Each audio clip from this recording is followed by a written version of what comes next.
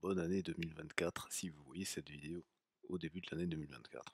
En fait, quel que soit le moment auquel vous allez voir cette vidéo, je vous souhaite dans tous les cas une bonne année, de meilleurs vœux et une bonne santé. Et pour bien démarrer l'année, je vous propose une démonstration de maths experte, factorisation de z puissance n moins a puissance n par z moins a. Donc c'est une démonstration exigible dans le programme de maths experte, mais en fait également pour le supérieur. Et je vous propose de voir qu'en fait, vous pourriez être capable de faire cette démonstration dès la classe de première. Et oui, dès la classe de première, vous allez voir que les outils qu'on va utiliser ne sont pas plus complexes que ça.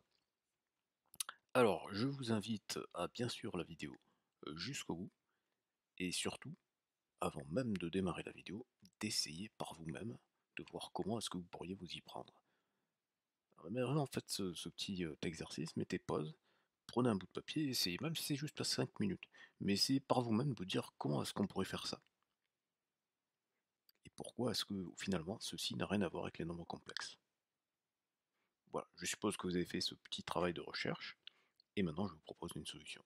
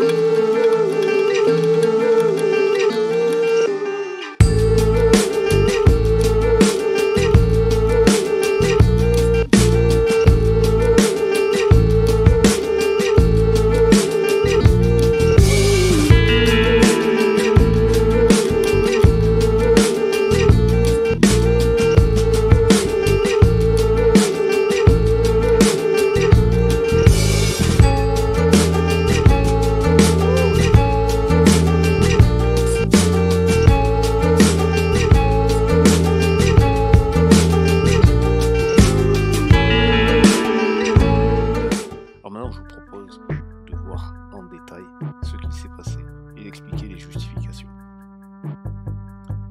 Tout d'abord, ici, on peut se permettre de diviser par A parce qu'on considère que A est différent de 0.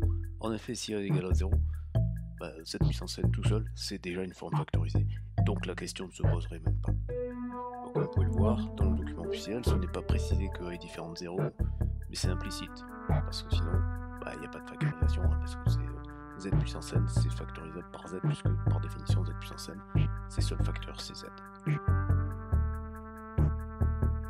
Donc ça c'était la première étape.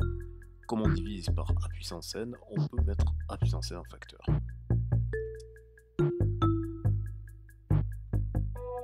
Là, il s'agit d'un rappel de la classe de première.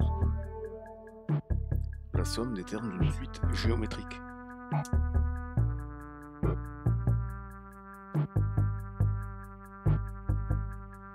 Et ici, il s'agit d'une démonstration express de la formule de la somme, mais sans aller jusqu'au bout en fait. Donc l'idée, ça consiste à dire simplement que si on nomme S cette somme de k égale 0 jusqu'à n-1 de q puissance k, bien en fait si on multiplie par q, ça revient à décaler d'un cran tous les termes de cette somme. Donc à sommer un cran plus tard, et à finir un cran plus tard également. Donc c'est pour ça qu'ici on a le décalage q puissance 2, etc., q puissance n-1, et qu'on a un terme en plus, q puissance n.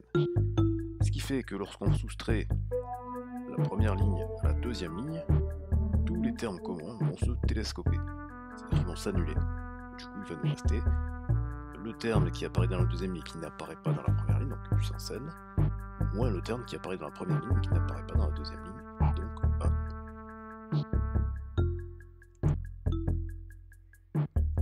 On s'aperçoit à gauche qu'on a une factorisation par S. Et maintenant, on décide de remplacer S par son expression sous la forme d'une somme.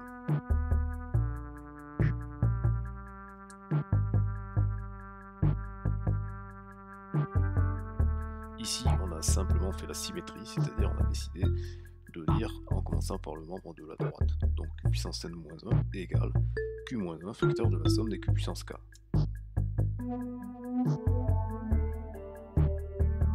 Et maintenant, ce qu'on fait, c'est qu'en fait, on injecte cette relation qu'on a redémontrée via les suites géométriques en posant que q est égal à z sur a.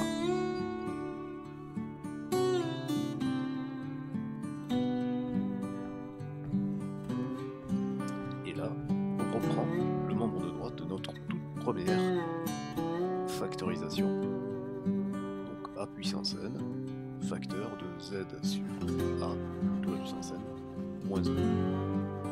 Et on écrit ce que ça veut dire, c'est-à-dire ce qu'on a obtenu ici, en mettant a puissance n.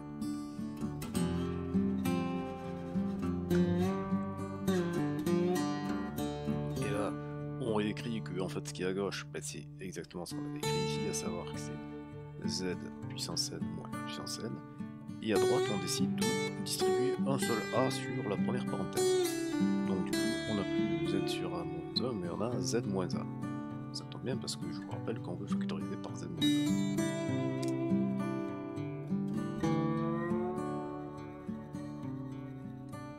Et maintenant, on distribue le a puissance n moins 1 dans la somme, ce qui nous donne le résultat final.